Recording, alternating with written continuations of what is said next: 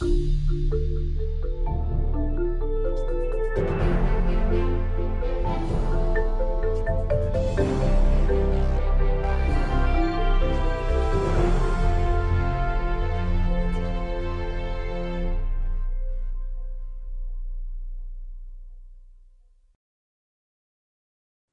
evening and welcome. I'm Kelly Ripen, National Chair of A Women's Journey. On behalf of Johns Hopkins Medicine's A Women's Journey, thank you for joining us this evening for our monthly webcast series, Healthy Conversations That Matter. A Women's Journey strives to improve your well-being through health education. Tonight's discussion is very timely, as January is Ovarian Cancer Awareness Month. According to the American Cancer Society in 2023, nearly 20,000 women will receive a new diagnosis of ovarian cancer. Over 13,000 women in the United States will die from ovarian cancer. About half of the women who are diagnosed with ovarian cancer are 63 years of age or older.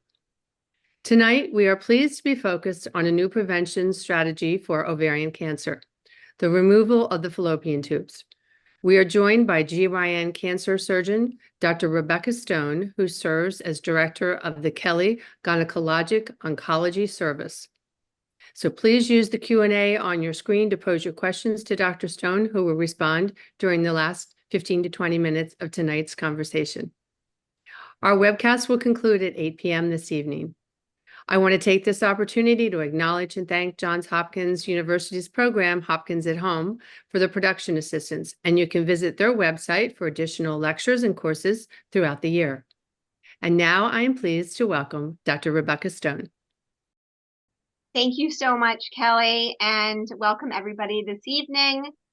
Tonight, I am going to present science that is deeply personal. And why is that? Because for me, my patients are family, and this job that I do is truly my life. As many of you know, a person is diagnosed with ovarian cancer every 40 minutes in the US, and screening has never proven to be effective. Every single person who is diagnosed with this disease suffers, and most do not survive it.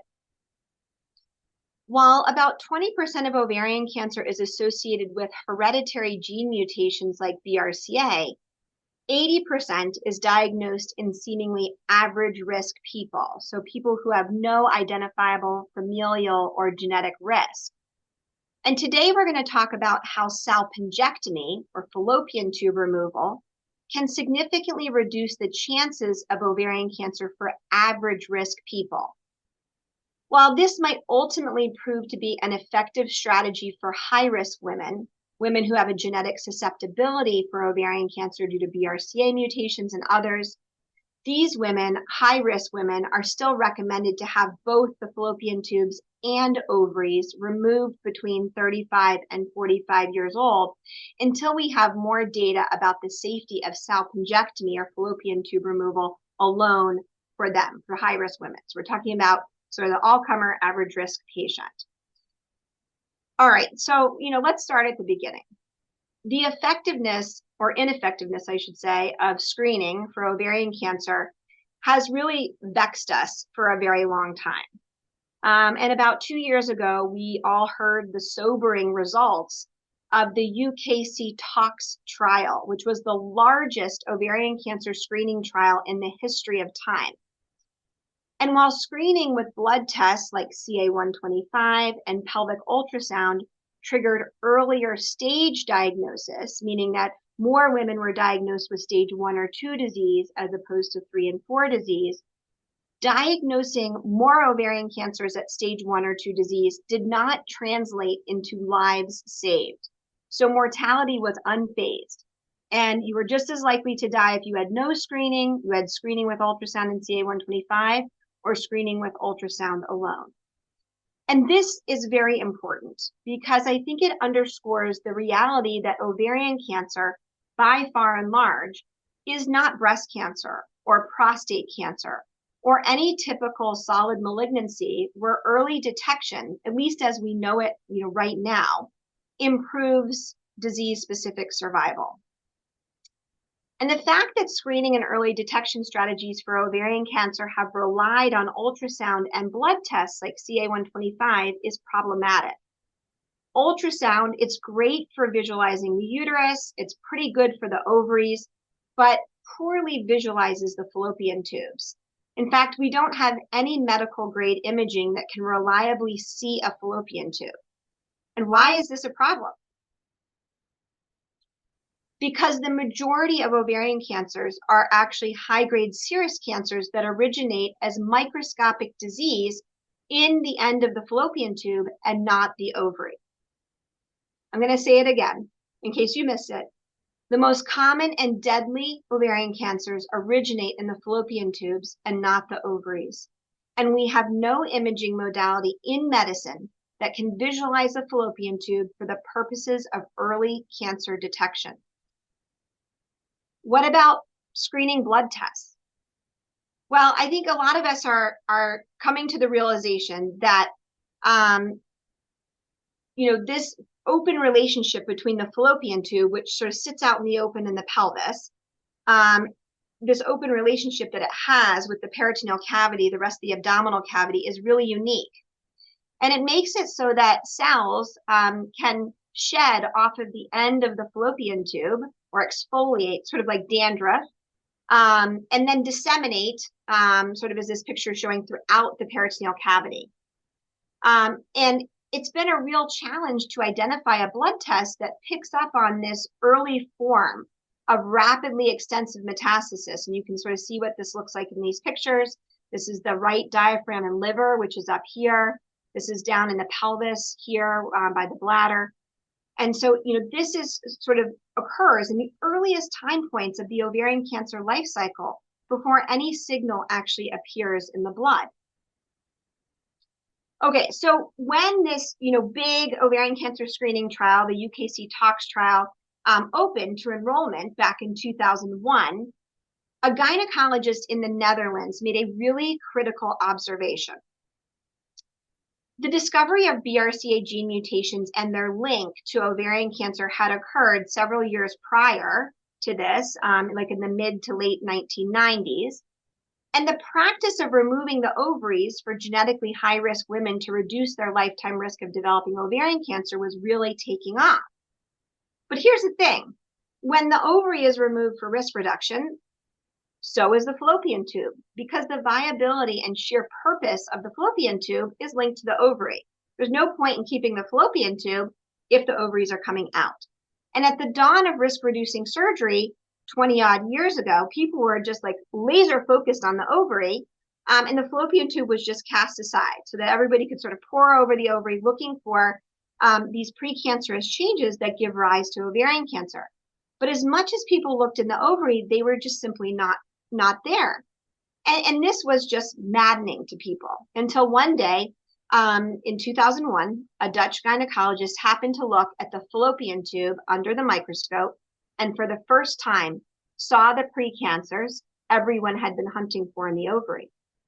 And this precancerous change is known as STIC, or serous tubal intraepithelial carcinoma, and it's currently understood to be the immediate precursor to the most common and lethal type of ovarian cancer, high-grade serous cancer. And this was really the light bulb moment that changed everything. High-grade serous cancer, which accounts for 80% of ovarian cancer, actually originates from the fallopian tube, not just in BRCA mutation carriers, but in most cases. Now, over the next 15 years, scientists amassed loads of molecular and genomic and epidemiologic data to support the theory of the fallopian tube origin of ovarian cancer. And large studies in the United States and Sweden, for example, showed that removing both fallopian tubes, called bilateral salpingectomy, achieves at least a 65% risk reduction in ovarian cancer. And the results of the most recent study were actually reported by a team of Canadian researchers who've been tracking the incidence of high-grade serous cancer in the general population in British Columbia since 2018. In 26,000 women who had their fallopian tubes out for ovarian cancer prevention at the time of hysterectomy or for sterilization in lieu of tubal ligation, compared to 32,000 who did not. And even at longer term follow-up, and these data were just presented at the AACR meeting in October, salpingectomy for ovarian cancer prevention has proved to be highly effective. As of 2019, there have been 16 cases of high-grade serous cancer in the cohort of women who retained their fallopian tubes after a hysterectomy or surgical sterilization, and only one case in the 26,000 who instead had their fallopian tubes removed. Now, interestingly, the one patient who went on to develop disseminated high-grade serous cancer in the peritoneal cavity 2 years after their salpingectomy had precancerous change in the tube at the time that they underwent a salpingectomy. And if you're following along, I think probably your brain is already worrying about the next thing that I'm going to tell you. The disturbing truth is that even if just precancer is present in the fallopian tube at the time a patient has them removed for prevention, the outcomes seem to be poor. And this graph shows you that 30% of patients will go on to have a diagnosis of high-grade serous cancer within 10 years of having preventative surgery if precancerous change has already begun to occur in the tube at the time it's removed. And if the tubes are clear, 0% risk. So this picture is so important because it says 1,000 words about the relative futility of early detection for ovarian cancer. By the time even its precancer develops in the tube and is found, it's already too late for 1 in 3 patients, just precancer. So, since screening and early detection are ineffective for the most common and lethal type of ovarian cancer, the type of ovarian cancer we see in 80% of patients, high-grade serous cancer, and it actually starts in the fallopian tube anyways, and not the ovary, could people simply have the option of having their fallopian tubes removed upon completion of childbearing as a preventative measure? Like maybe before the age of 50, the age when we think these precancerous changes begin to emerge in the fallopian tube mucosa. Now, it turns out that hundreds of thousands of women actually undergo abdominal surgery early in their post-reproductive years. So once they're done having kids, they have tubal ligations, they have hysterectomies, their gallbladders out, hernia repairs. You know, what if we use these as opportunities to offer patients the option of having their fallopian tubes removed as a preventative strategy for ovarian cancer? Now, in the GYN space, this has actually been called opportunistic salpingectomy. Again, salpingectomy means removal of the fallopian tubes. And the qualifier of opportunistic denotes auspicious timing that's concordant with another abdominal surgery that's already planned and going on when the surgeon is already there anyways. Salpingectomy is low risk. You can see, I'm showing you a video. It's quick, takes minutes, and the post-reproductive fallopian tube doesn't have any known form or function. So after a woman's done having kids, we don't really know what the fallopian tube does, and we presume that it's served its purpose in life. I mean, this is really in stark contrast to the ovaries, right, which very likely maintain endocrine function well after menopause. Now, the peak annual rates of most gynecologic surgeries where salpingectomies could be incorporated, like, you know, in lieu of tubal ligation, you know, at the time of hysterectomy, or other surgery on the ovaries, like a cyst is being removed, occur before the age of 50, right?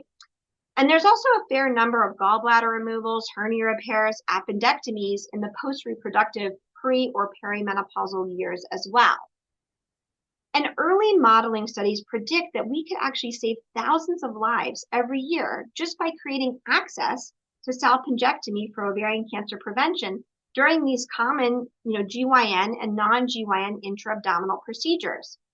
And you probably don't need some like fancy cost-effectiveness analysis to put a value on this intervention. You can just like, that's all I'm really good at, do some back of the napkin math, okay?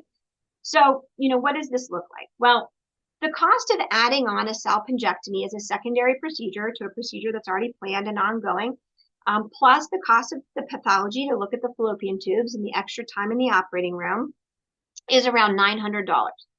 And the estimated number needed to treat, the number of salpingectomies that one would need to do to prevent a case of ovarian cancer, you know, maybe on the order of 1 in 500. So the price tag of sparing one person from the horribly lethal disease that is ovarian cancer is about $500,000.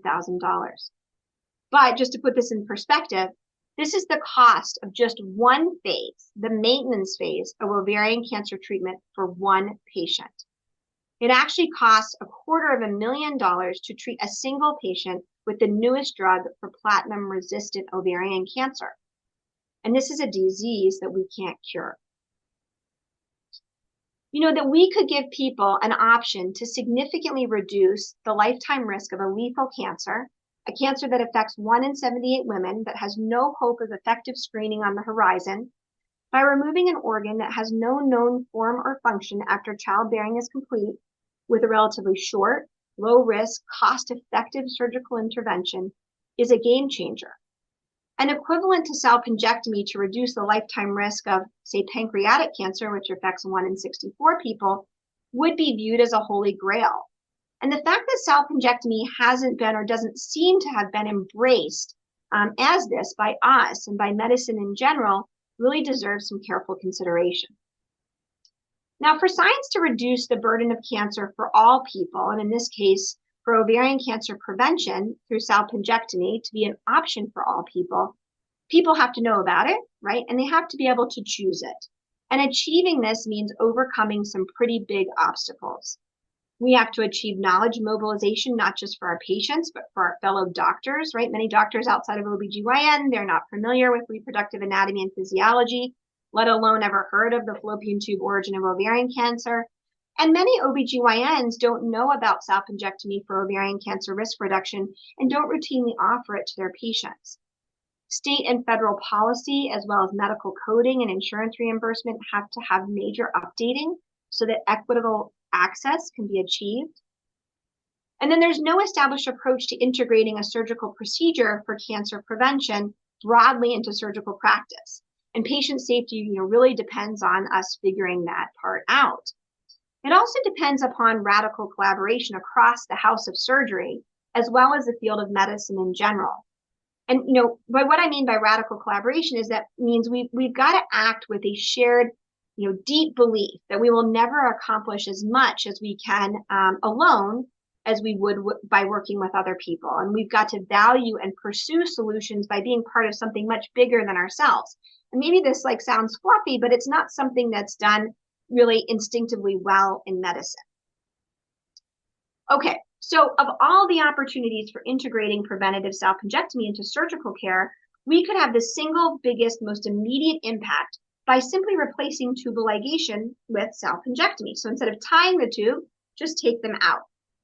Besides C-section, surgical sterilization is the most common procedure women have. There's around 700,000 surgical sterilizations in the United States every year right now. And the American College of Obstetrics and Gynecology recommended replacing tubal ligation with salpingectomy for the sake of ovarian cancer prevention in 2015. However, recent publications indicate that there have been inconsistencies in adoption in the United States. And claims data would suggest that salpingectomy is actually being performed in lieu of tubal ligation in less than 20% of cases, and unfortunately, more commonly provided to white, non-Hispanic women than any other racial or ethnic group.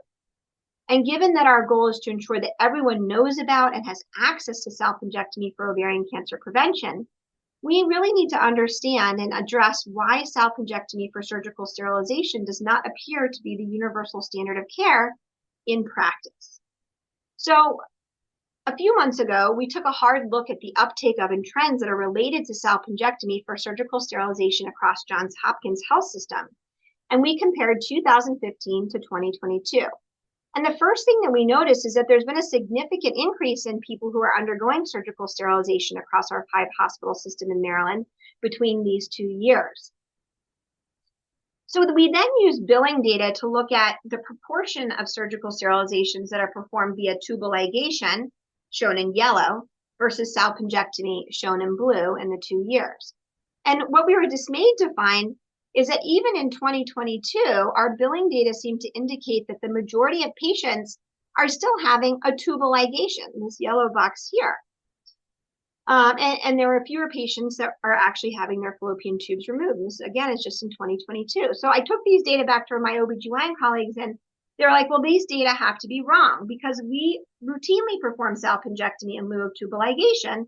And so we went back to the drawing board and we did this big manual chart review, many late nights in the office, and we audited all of the operative and pathology reports for the hundreds of surgical sterilization cases in 2015 and 2022 at Johns Hopkins. And we actually found that our colleagues were telling us the truth, that salpingectomy for surgical sterilization had indeed significantly increased from 13% to 87% between 2015 and 2022. And so why was there this discrepancy between, what's actually being done in the operating room and what is being billed to the insurance, right? Our insurance suggested everybody was still getting, tubal ligation. And then when we actually did a big audit, people are actually being offered salpingectomy 87% of the time. So, what determines what procedure a person actually receives? And more importantly, who are the people in this gold box, these people who are still having a tubal ligation in 2022 at Johns Hopkins? Well, the women in this box are more commonly Hispanic. They're having a surgical sterilization at C-section or out in the community by a provider other than a general OBGYN surgeon.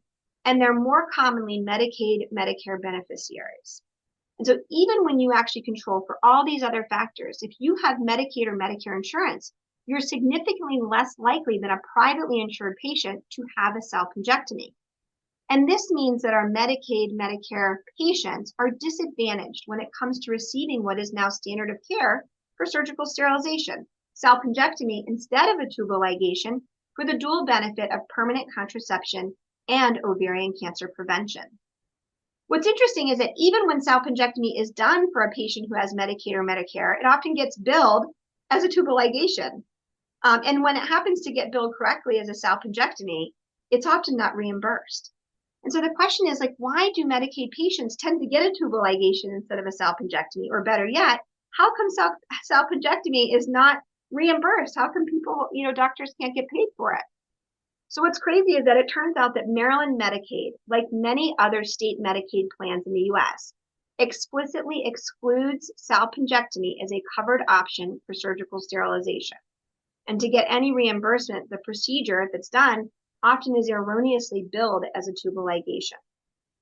And so existing Medicaid policies and insurance reimbursement in general preclude patients in many states from selecting salpingectomy instead of a tubal ligation for surgical sterilization.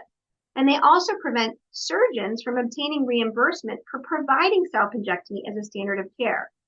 And this is really unjust for what is already a brutally unfair disease. So, say Medicaid and third-party payers agree to universally cover salpingectomy for surgical sterilization.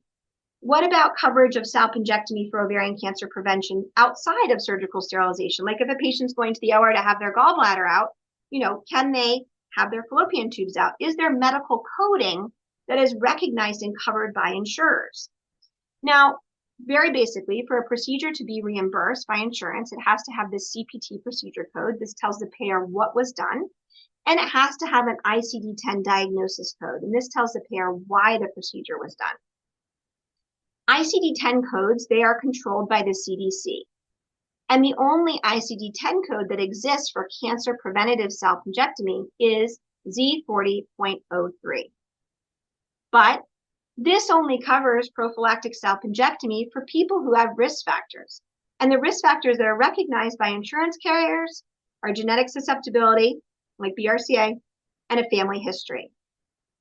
There is, in fact, no ICD-10 diagnosis code for salpingectomy for ovarian cancer prevention when the only risk factor is simply being a human with fallopian tubes. And, the repercussions of this are that there's lack of access to cancer preventative services, right? There could be, erroneously or fraudulent billing. And it really creates an epidemiologic impasse for us in our country because we can't track salpingectomy for ovarian cancer prevention at the population level. So I was just obsessed with this. I went in September to the CDC and I made a case for needing an ICD-10 code for opportunistic salpingectomy. And I proposed Z40.032 for persons who don't have any known genetic or familial risk factors, And while we're waiting for the next coding meeting in March to hopefully get this approved so that it is something that people can use, we're also working with the CDC to update all of the relevant ICD-10 diagnosis codes to actually reflect this new discovery of the fallopian tube origin of ovarian cancer. And so codification of the scientific discovery by the CDC is so important, because bringing the science of the fallopian tube origin of ovarian cancer into the practice of saving lives through prevention depends upon, these very beginning things. These things are so important that we've got to get accomplished. And, all of this work that's related to coding and billing and securing universal insurance coverage are part of our mission to establish a more rational and uniform federal policy surrounding salpingectomy for ovarian cancer prevention. It's not enough to simply identify barriers. We really have to prioritize actions to overcome them. And we're partnering with people like Patrick Cooney and the federal group to pave the path for health equity when it comes to salpingectomy for ovarian cancer prevention through policy change and insurance reform now. And so, even if we solve the implementation barriers that are coding and billing, reimbursement, policy, we also have to address these other ones, right? Knowledge mobilization, feasibility and safety of maximal provision in our field and beyond, and the silos that exist in medicine, these organizational and other challenges we face that undermine collaborating in ways that innovate patient care. And so taking all of this on is the work of a multi-institutional endeavor and national public health campaign that we recently launched through Breakthrough Cancer Foundation. And the goal again here is to bring the science of the fallopian tube origin of ovarian cancer into the practice of saving lives through prevention. And honestly, like with every passing hour that I'm in the operating room taking care of someone's mother or sister, wife with ovarian cancer, I have become like obsessively invested in this. And fortunately, so have many others. And so now our team is massive. And this is really now a growing force of communication strategists, education and instructional design experts, implementation scientists, quality and safety authorities, leaders from the American College of Surgeons and other professional societies, policy and advocate supporters, DEI mentors, as well as our patients and their care companions. And then we have scientists who are on the ground between here and MIT, Massachusetts Institute of Technology, who are really closely aligned with us, so that our work is not just that of a massive public health campaign, but also stands to advance our scientific understanding of how ovarian cancer begins, so that we could someday get to a point of screening and early detection and intervention. So, over the past year, many of these team members have been intensely working together with me to build the infrastructure for knowledge mobilization as we know it in our country. And when we started this last year, education resources about the role of salpingectomy in ovarian cancer prevention were few and far between. And so over this past year, we have spent countless hours developing all of the messaging and content and creative, for the fulcrum of our education mobilization efforts, which is going to be this live online learning center, where we really earnestly tried to design this for very diverse and inclusive reach. And it's really intended to be a trusted source of multimedia health information about salpingectomy for ovarian cancer prevention, not just for doctors, but for patients. And so while working on all of this behind the scenes, we've been working to get this idea out into the universe, right? We want people to know about this. And in so doing, we've made it all the way into people's living room, in the Washington Post, and even on Jeopardy. Research suggests that ovarian cancer may actually start in these tubes. Ben. One of the fallopian tubes? Correct. So I don't know if you could hear it, but he got it right. And so that's really exciting that, even Jeopardy now is quizzing people about this. And so in our living room here at Johns Hopkins, which is the operating room, we've put together a task force really to drive knowledge mobilization and to run the first multi-site trial of salpingectomy during non-gynecologic abdominal surgeries. This is the first trial in the US of its kind, and this will really establish the acceptability and feasibility, process mapping, and safety of expanding this intervention beyond OBGYN procedures. And these are two, this is what the trial looks like. These are two of our early adopters, Max and Sunil, who I went to about 2 years ago about bringing ovarian cancer prevention through salpingectomy to routine urologic procedures. And they basically made it standard of care overnight. And they've even sort of published this call to action to their subspecialty for preventative salpingectomy during urology procedures. And, I love this because I think it really makes sense for Hopkins to be the heart and soul of all this work. After all, we are the birthplace of modern surgery, and our shared commitment to raising the standards of surgical science and practice is what gets us, all around the OR table every day to save lives. Okay, outside of Hopkins, though, we've got this newly formed international task force, and this really is a vanguard of thought leaders across a number of different countries who have increasing activity in this space over the past 20 years. And the work of this task force really aims for this borderless resource creation and sharing to support knowledge mobilization, so that really we create this united voice in what we say and do. Now, most research, right, it never translates from science or like the laboratory into practice, like the world. But this is where we are right now. We're in this space where we've got to move the scientific discovery of the fallopian tube origin of ovarian cancer out of the lab and into medical practice. But, this sort of shows this linear move of science, into the world. But ideally, it should be circular so that science moves with us. And, this case that I saw recently really highlights the absolute necessity that this is a iterative process. So this was a 39-year-old woman who came to my clinic. She had a strong family history of breast and ovarian cancer, and she has a personal history of breast cancer. And it was only when she was diagnosed with breast cancer that she actually underwent genetic testing, and it showed a pathogenic BRCA mutation.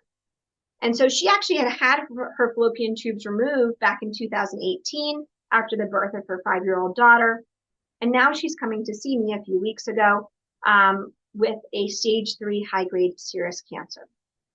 And on review of her fallopian tubes that had been removed in 2018, we found precancer that had been missed. And so remember this slide, she is in that 30% of people who have precancer at the time they have their salpingectomy, in her case, a misdiagnosis, who still go on to develop high-grade serous cancer of the peritoneum in the years down the road.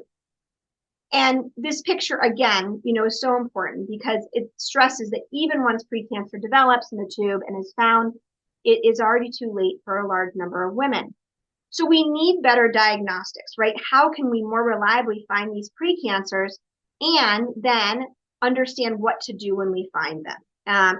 And really understanding this, part of it is really some breakthrough science. And so what about better diagnostics? Well, many of you probably don't know, but when a fallopian tube goes down to pathology for examination, it's submerged in fixative, and then it's embedded in wax.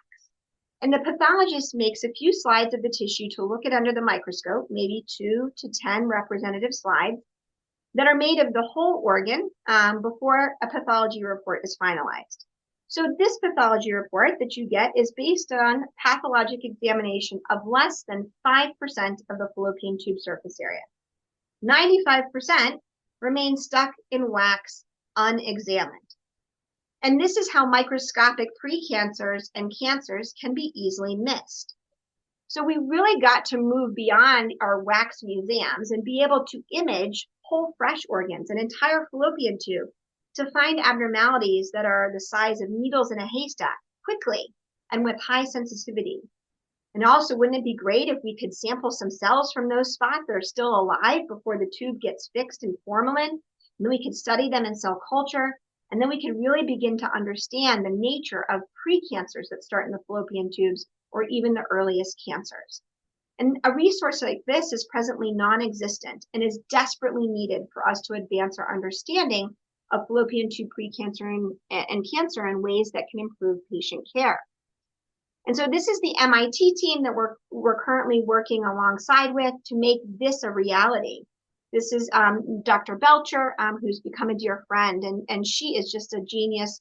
She has engineered this device called OvaSeq, which is this high throughput, hyperspectral, whole organ imaging system that's designed to find microscopic fallopian tube precancers. And at its highest performance, the way I like to think of this is almost like a grocery store scanner, where you can quickly scan tubes that come along and you can triage them according to which ones are normal and which ones are not normal. That way, in that pile of tubes that are abnormal, the pathologist can really drill down on them, and they can target their time and energy to tubes that are more likely to have an abnormality in them. And so we actually have this ongoing research protocol at Hopkins where fallopian tubes from consenting patients are sent up to MIT overnight after they're removed. They go through this cool OvaSeq hyperspectral imaging device, and any areas of abnormal signal that the MIT scientists see in the tube, they tattoo, then they fix the tube and they send it back to Hopkins. And once back at Hopkins, our GYN pathologists perform standard pathology, and they look very specifically at these little tattooed areas to see what abnormality is there. And so, this idea to make molecular imaging based on diagnostics is available, to all women, and really something that is fast and very sensitive, and really changes the way that we think about how we look at things in the pathology lab. And all of this really, in the end, is to support research endeavors to advance our understanding of fallopian tube precancers and early cancers, so that we will know what to do for those patients when we fear that prevention is not enough, right? The patients, right, I keep showing that graph, that 30% of patients where even if there's a precancer, we prevent, or we intercept that, and we prevent them from going on 10 years down the road from developing a high-grade cancer. And I think this is really, what's breakthrough and one of the most important things that we can do. So thank you, guys. Thank you so much, Dr. Stone. Lots of information there, and important information. So how about we jump right into the questions? We got quite a few. You ready? Yeah. Okay. All right. So this is kind of a worldwide question because we're getting a lot of them. So we're going to just put this into one. And the question is, if your fallopian tubes were catheterized about 50 years ago or any time, and you were informed that they, basically they were shriveled up and they're useless now, would this protect a woman from ovarian cancer from a procedure that they had like that so many years ago? So I think it sounds like what the question is, if your fallopian tubes were cauterized. Is that, I think that's the term you're thinking of. And yes, I'm sorry. Yes, I apologize. Yes. Yeah. I don't know. Can you guys still see my slides? Yes. Okay, great. I'm going to go back here. So here you can see, these are examples of tubal ligation in this picture here. And so this person is asking, if your fallopian tube was cauterized, would this help prevent ovarian cancer? And so when that happens, basically the tube is cauterized or burned just in this one single spot. And so basically most of the fallopian tube, if not all of it, except maybe that little spot that went away when it was cauterized, is still inside. And we know that these precancers and cancers that we've been talking about today, they start in the ends of the fallopian tube here. And so because that still remains, there is still a fair risk, of developing these precancers. And so I say that with a little bit of a grain of salt, because there is some data that tubal ligation, so just having the tube cauterized or tied and cut or abandoned and clipped, it may actually reduce the risk of ovarian cancer by a small amount, maybe by 25%, as opposed to 65% or more. So there may be some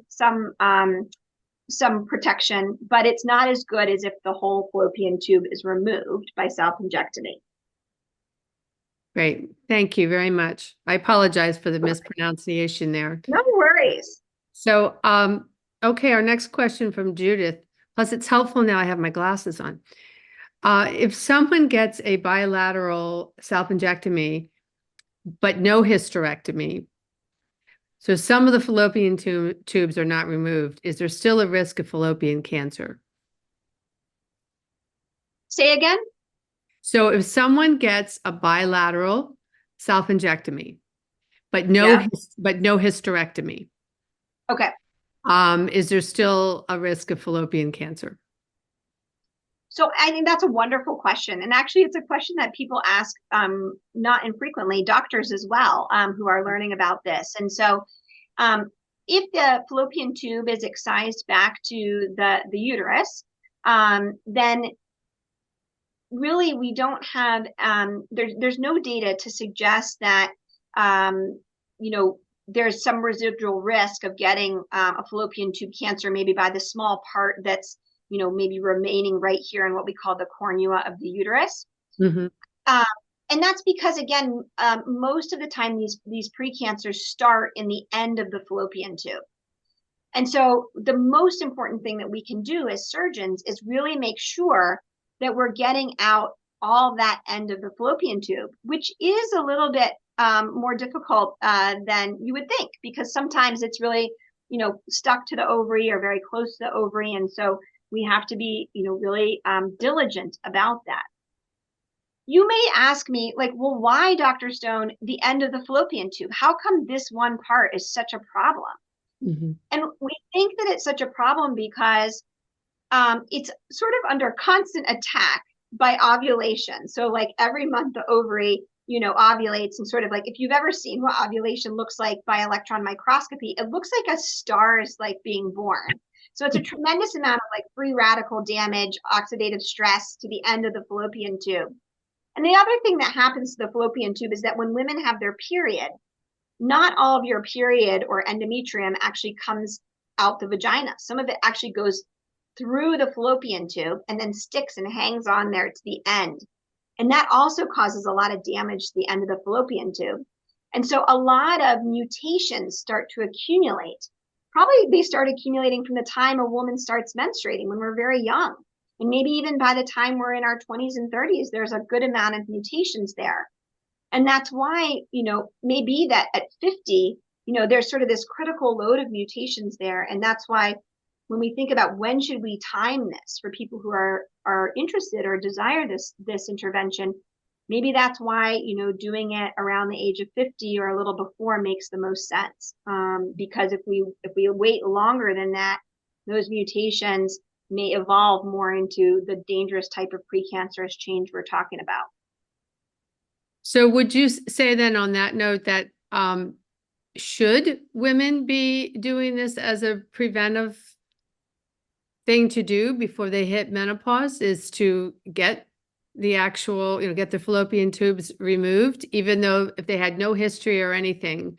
What would be your recommendation on that between people who do have history of cancer in the family and people who don't? Yeah. So I think what you're asking is really important. So you're sort of asking, like, okay, if we think about groups of patients, right? We have high risk patients who have like a BRCA mutation or a strong family history. We think of those people as high risk, especially women who have a germline mutation that increases the risk of ovarian cancer by 20 to 40%.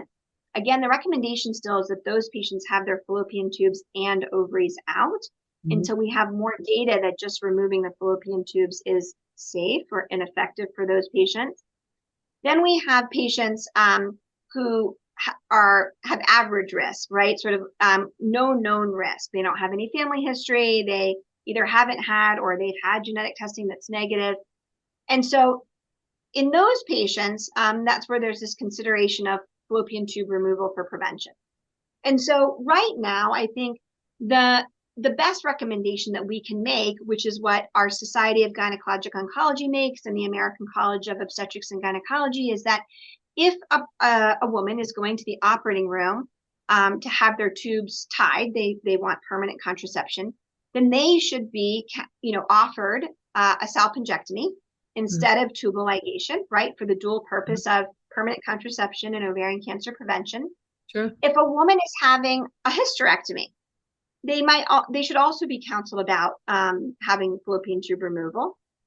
And if they're really having, any sort of intra-abdominal procedure, particularly gynecologic procedure, maybe urologic as well, that is part of the counseling they receive.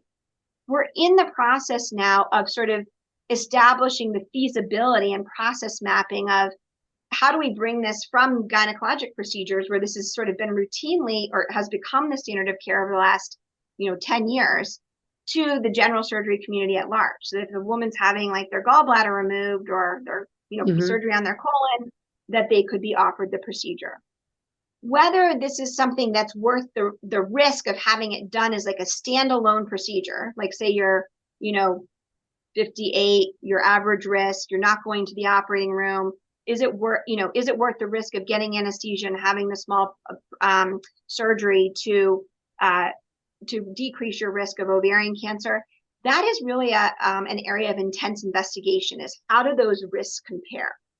We think the risk is very small if you're already going to the OR for something else, you're already having anesthesia, somebody's already there doing surgery for you. It's an easy thing to do. But should it be done as a standalone intervention for prevention? That's a big area of research, and something hopefully we'll answer in our lifetime. Right. Right. And maybe it's, just a good conversation between the patient and, their physician to decide what would be the best route for them to go. Yep. And I think that's why the knowledge and mobilization is so important, because as patients learn about that, right, patients are like, they're the best advocates for this. I really believe that it's patients that are going to be the ones that move this discovery into practice. And so we want, when patients go to their family doctor or they go to their surgeon, for those doctors to have heard of this so that they can, enter into a dialogue with their patients about it. Yep, absolutely. On that same, when you're talking about kind of preventing cancer. So the question from Catherine, a couple of things. The hereditary part of cancer, between, when you answer the questions, when you go into a doctor, you have the questionnaire. And her question is, so most people put down the maternal side and they don't even think about the maternal side, or they do for a minute, but not really think about it, because I think most people think that just as a woman, that only the maternal side counts. So what is your take on that? I mean, that's a wonderful question. I think so important, because I think that it's a common misperception that, if there's not breast or ovarian cancer, gynecologic cancer on the mom's side, then there's no risk. But the fact of the matter is that the way that these genes are inherited in what we could say an autosomal dominant fashion, that they can come from either the paternal dad side or the maternal mom side. And so even if it's on your dad's side that there's this, strong family history of breast or ovarian cancer, that is just as important as knowing that exists on the mom's side. And a woman should be offered genetic testing in either case. Mm-hmm. So, and she'd like to know also, so how is ovarian cancer typically uncovered in women over 60? How do most doctors end up finding it when they're over 60? So, I mean, the usual thing that happens is that, over the course of a year, patients develop some vague abdominal symptoms, some bloating, some dyspepsia, like reflux, maybe some urinary frequency. Their abdomen just doesn't feel right. So they go to their doctor, and, maybe at first they think, well, let's see how things go. And then maybe they persist and they go back, and then they're referred often to a GI doctor. They get a colonoscopy. The colonoscopy is normal, and time goes by. And then, ultimately at some point, a lot of times when people show up in the emergency room or things really become acutely worse, they end up with a CT. And then the CT often will show evidence of the cancer that has spread around in the abdominal cavity. And then at that point, patients will typically, have a biopsy. more time goes by, and then ultimately see a GYN oncologist, hopefully. In some areas of the world, and even the US, where there are no GYN oncologists, patients may end up seeing a general surgeon. But we strongly advocate for as many people coming to see GYN oncologists as possible, because the outcomes are better. Great. Thank you very much. So Margaret, Stacy wants to know, in your opinion, if a woman's having a hysterectomy, should they just have their ovaries and fallopian tubes removed? So if a woman doesn't have any risk factors, meaning there's no strong family history, or doesn't seem to be increased genetic risk, or maybe even had negative genetic testing, we generally recommend at the time of hysterectomy that just the fallopian tubes be removed. Again, because the fallopian tubes, they don't make any hormones or really have any purpose that we know of after a woman has finished having kids. The ovaries, though, are the part of the reproductive tract that make hormones. And we actually think the ovaries make hormones well after menopause. This is kind of something new. We used to take out people's ovaries all the time, when they were in their 40s and 50s, because we're like, oh, you're around menopause and you probably don't need them. But the fact of the matter is the ovaries probably make hormones that are health beneficial to us into our late 50s, maybe early 60s, potentially even our whole life. And so we have really moved away from just taking everybody's ovaries out along with the fallopian tubes and uterus at the time of hysterectomy. So there's a lot more, I think, careful thought that should go into that. Mm-hmm. So again, maybe a conversation with their physician, and depending on their age and where they are. Age, yeah, family history, other risk factors. We sort of do a risk assessment, and then have some shared decision making about whether does it make sense to just remove the fallopian tubes or to take out the fallopian tubes and ovaries. But I think it's really important that people realize, doctors included, that the ovaries have some important endocrine function, even once a woman stops having her period at the age of 50 or 51. Sure. Thank you. Monica, she would like to know, is there any way to sample cells within the fallopian tubes as a potential screening without having to undergo a salpingectomy? Oh, I love that question, Monica. So that's actually something we're working on, or we hope to get to, with working with the MIT group, that, we're testing out, different ways to, sample cells from the end of the fallopian tube, or maybe visualize them, with new types of molecular imaging, for instance, like maybe like a version of OvaSeq that, you could maybe like make like a, fancy ultrasound or CT.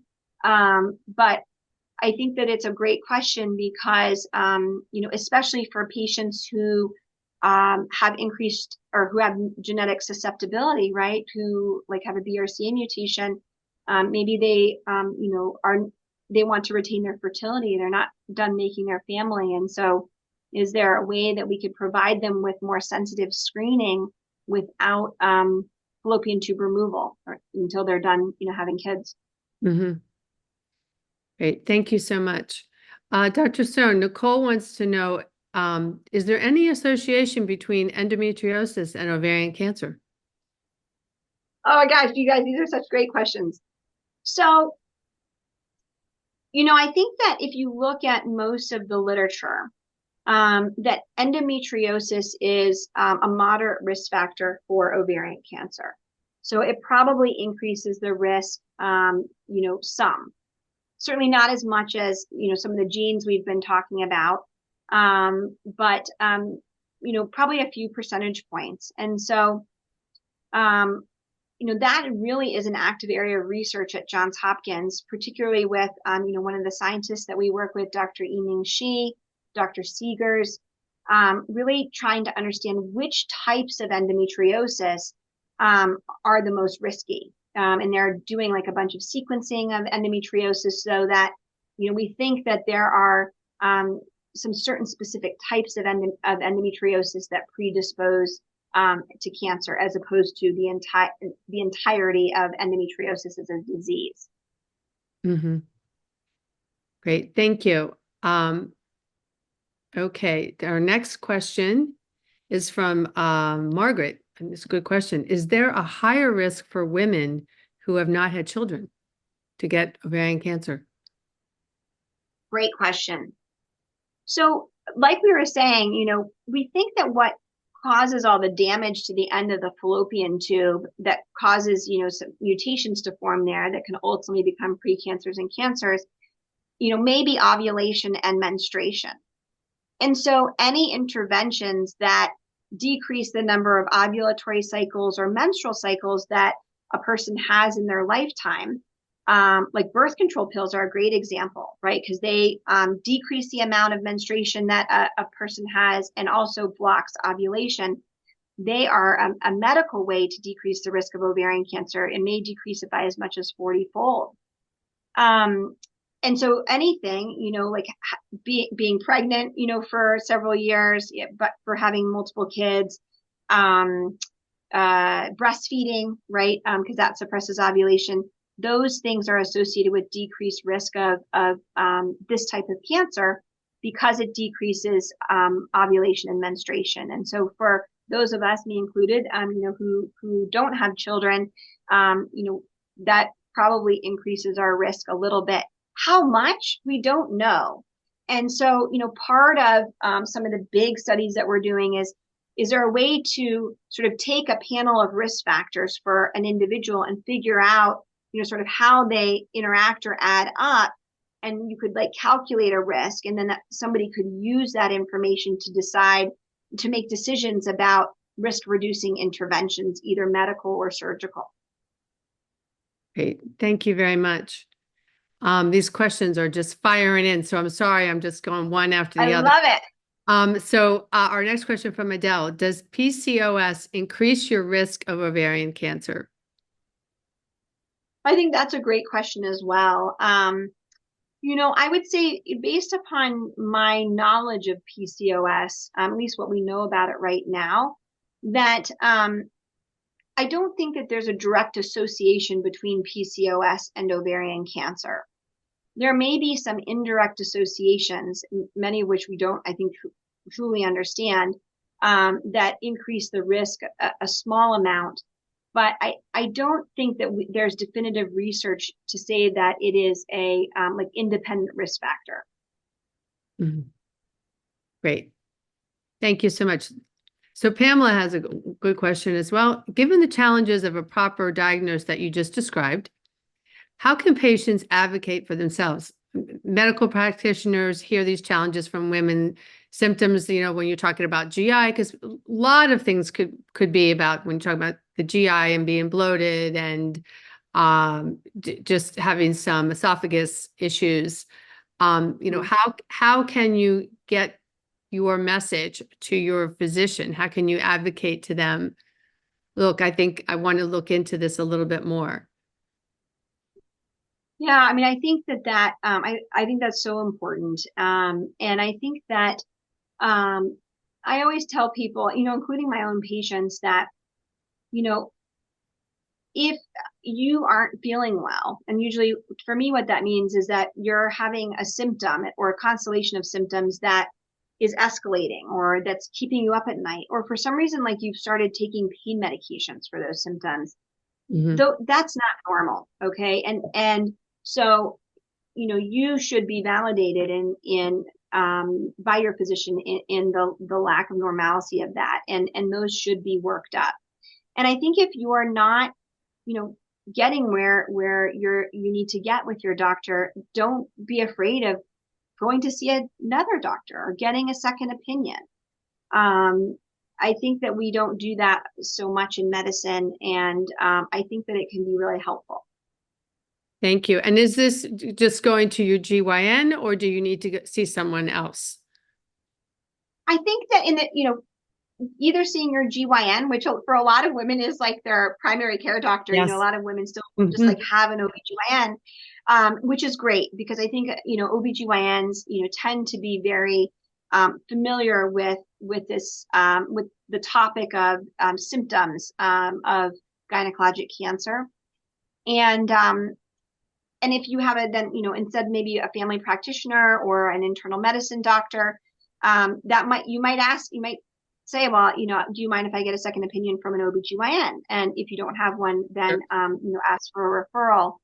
Okay. But I want to emphasize to people one thing, which is what I said before, which is that ultrasound, just because you have a normal ultrasound or maybe a normal pap smear does not necessarily things are okay if your symptoms are continuing to persist or even worsen. Good point.